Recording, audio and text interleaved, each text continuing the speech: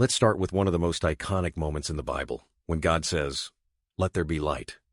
That line is so simple, but it's packed with meaning. What stands out to you about that moment? What really hits me is the sheer creative force behind those words.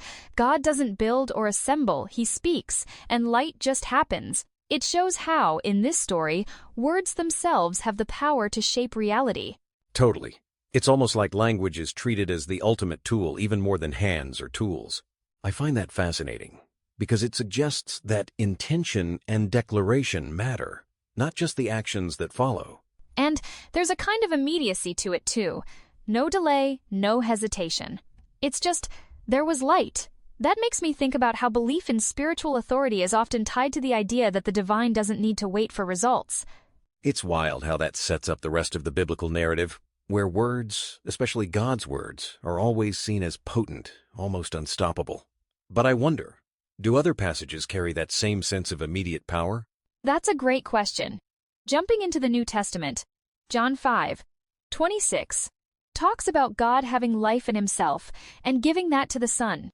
To me, it echoes that same idea of inherent authority. Life isn't borrowed, it's possessed.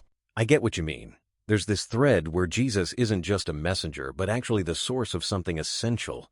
In a way, it circles back to Genesis, from creation to the sustaining of life.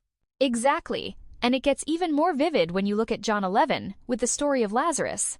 Jesus actually calls Lazarus out of the tomb once again. Words spark action. It's like a callback to, "Let there be light." But this time it's about new life. That gives me chills. The idea that a spoken command can bridge the gap between life and death, that's huge. It's not just metaphorical, but presented as something that physically transforms reality. Thinking about Lazarus, I always find it interesting that before the miracle, his sister Martha tells Jesus, "If you had been here, my brother wouldn't have died." It's such a human moment, grief mixed with hope. I feel that too. Martha's words are so raw, she's not afraid to express her pain, but she also leaves a little window open for faith. It's as if she's saying, "I'm hurt, but I still trust something could happen." I think that tension is really relatable. Absolutely. And it reminds me of how so much of spiritual life is about living in that in-between space where things seem bleak, but you still hold on to hope. It's not always neat or certain.